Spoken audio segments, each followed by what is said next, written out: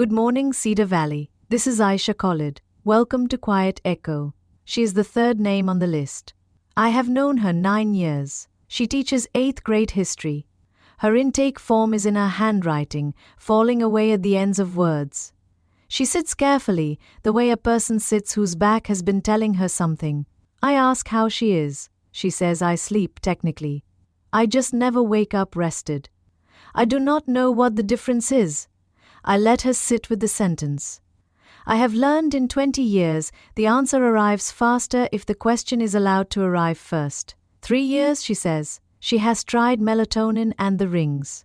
She knows her deep sleep percentage, her REM, her resting heart rate. She wants to know what is wrong with her. There is probably nothing wrong with her, I say.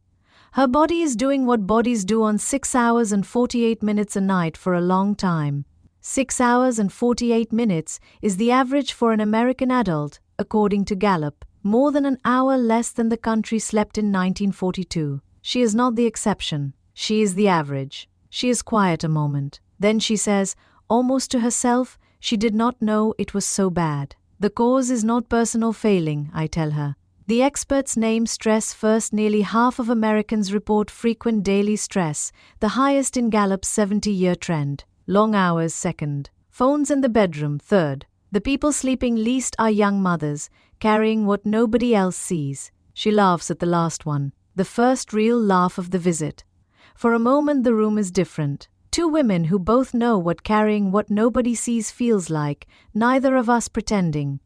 I tell her what closes it. Consistent hours. Morning light soon after waking.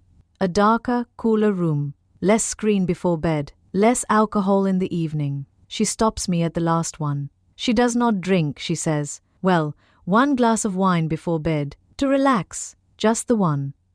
I let the wine sit on the counter between us.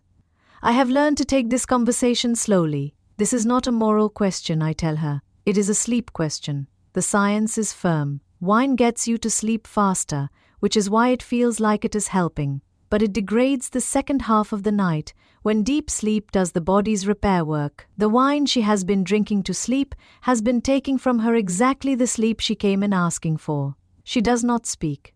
I can see her doing the math. There is something larger, I tell her.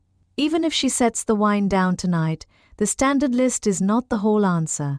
Her cause is one of the harder ones. The stress, the hours, the cognitive load nobody but her is keeping count of. Something she has been treating as non-negotiable has to come off her list before the body will give back the hour. She is quiet again, longer this time. Then I tell her something I do not always give the woman in this chair. In 2018, a Harvard study followed nurses and health professionals 34 years and named 5 behaviors. Do not smoke. Keep alcohol low. Maintain a healthy weight. Exercise 30 minutes daily. Eat a healthy diet. People following all 5 lived 12 to 14 years longer, 10 of those years free of diabetes, heart disease, and cancer. Look at the longevity list, I tell her. Look at the sleep list. They are one list. The wine she drinks tonight is the wine her 70s will charge her for. 1 ledger. The country has been buying twice. I do not tell her what to put down. The prescription I write most cautiously is the one for someone else's habits. She thanks me and stands. At the door she turns and asks, quietly, whether anyone ever really does it. I tell her the truth. Some do. The ones who do are the ones who decided the cost was finally too high. The door closes. I sit a minute before I call the next name. I want to step out of the visit for a moment, because most of you listening have a version of this woman somewhere. Maybe she is you.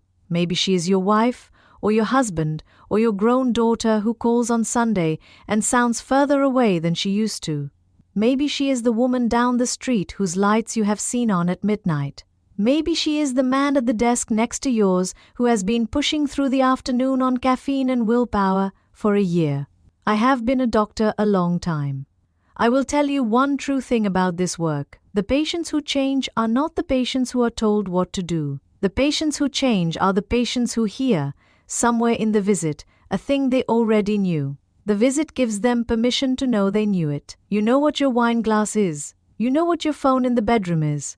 You know what the committee you joined last spring has cost you. The information has been with you for some time. The data was never the missing piece. What has been missing is permission. This is permission. The body has been keeping the count. It has been waiting for you to decide the cost was finally too high. The night you decide is the night the body starts giving the hour back. Give it back the hour. Tonight, if you can.